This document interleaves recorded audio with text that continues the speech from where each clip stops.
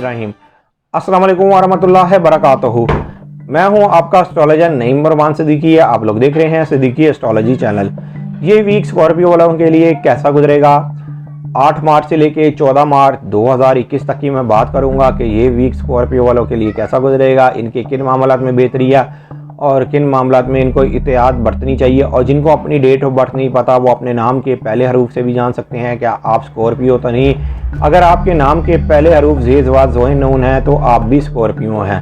उससे पहले जिन लोगों ने अभी तक मेरे चैनल को सब्सक्राइब नहीं किया उन लोगों से गुजारिश है चैनल को सब्सक्राइब कर लें, साथ ही बेल आइकन को पुश कर दें ताकि मेरी आने वाली हर वीडियो आप तक आसानी से पहुंच सके। वीडियो को शेयर लाइक कमेंट लाजमी करें ताकि हमारी टीम की हौसला अफजाई हो सके।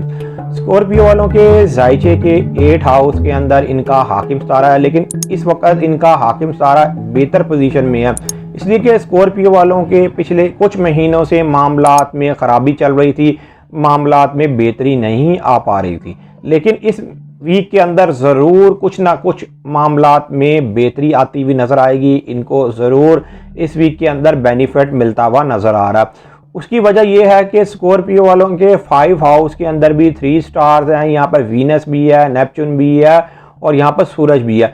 और इनको एक और एडवांटेज ये मिलता हुआ नज़र आ रहा है कि इस वीक के अंदर ही न्यू मून निकलना है। ये आपके 5 हाउस में न्यू मून निकलना है, मतलब कि इस वीक के अंदर खासे आपके लक के मामलात भी बेहतर होते हुए नज़र आ रहे हैं। जो आप अपनी लक की वजह से मामलात में परेशान थे, आए दिन आपको कोई ना कोई मामलात में नाकामी हो रही थी, आप कोई भी काम करना चाह रहे थे तो आपको उस तरह की कामयाबी हासिल नहीं हो पा रही थी। तो लेकिन अलबत्ता अब आपको कामयाबी हासिल होती हुई नज़र आ रही है, आपके मामलात बेहतर होते हुए नज़र आ रहे हैं।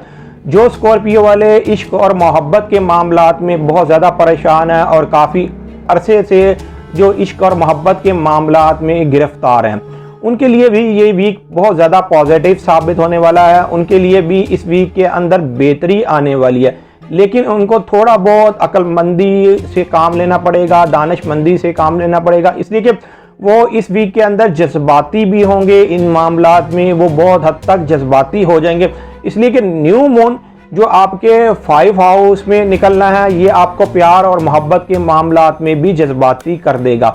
लेकिन मैं यहाँ पर एक और बात करूँगा, जो स्कॉर्पियो वाले शादीशुदा अफराद हैं जिनकी आगे से औलाद है, तो औलाद के मामलात में अब इनकी खासी बेहतरी आती हुई नज़र आ रही है। औलाद के मामलात इनके अब बेहतर होते हुए नज़र आ रहे हैं, लेकिन फिर भी आपको चाहिए कि अपनी औलाद के ऊपर ज़रूर तवज्जो रखें। अपनी औलाद को आपने ज़रूर लुक आफ्टर करते रहना है।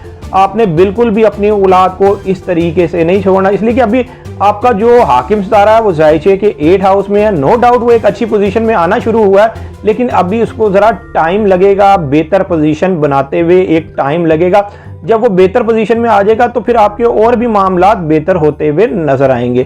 ख़ास तौर पर वो स्कॉर्पियो वाले जो अपने जायदाद के मामलात में परेशान थे, जो अपने घरेलू मामलात में परेशान थे, काफ़ी अरसे से परेशान थे, तो अब उनके मामलात बेहतर होते हुए नज़र आ रहे हैं। उनके मामलात में अब बेहतरी आती हुई नज़र आ रही है।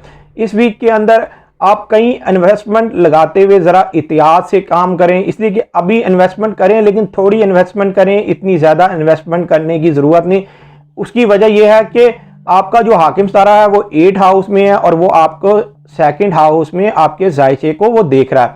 जब तक वो यहाँ से 8 हाउस से 9th हाउस में ना चला जाए तो आप उस वक्त तक इन्वेस्टमेंट उस तरीके से ना करें। हालांकि आगे जाके आपको मौका मिलेगा जब जुपिटर के साथ मरीज की एक अच्छी नज़र बन जाएगी, उस वक्त तो इन्वेस्टमेंट करनी बनती है। वो जो नज़र कायम होना शुरू होगी वो अगले वीक में जाके वो नज़र कायम होना शुरू होगी। लेकिन माली मामलात में ये वीक आपका बेहतर जाने वाला है। माली मामलात में इस वीक में आपको कुछ ना कुछ आपकी बेहतरी ज़रूर आने वाली है। और जो स्कॉर्पियो वाले आए दिन माली मामलात में परेशान थे, माली तौर पर परेशान थे, उनको अब माली तौर पर परेशान होने की कोई ज़रूरत नहीं।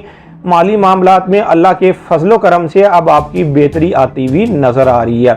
मैं उन स्कॉर्पियो वालों की भी बात करूंगा जो लोग बीमार हैं और काफ़ी अरसे से बीमार हैं, उनकी बीमारी के अंदर अगर कमी नहीं आ पा रही थी तो अब उनको कुछ ना कुछ थोड़ा बहुत रिलीफ मिलना ज़रूर शुरू होगा। उनकी बीमारी में थोड़ी बहुत कमी ज़रूर आना शुरू होगी।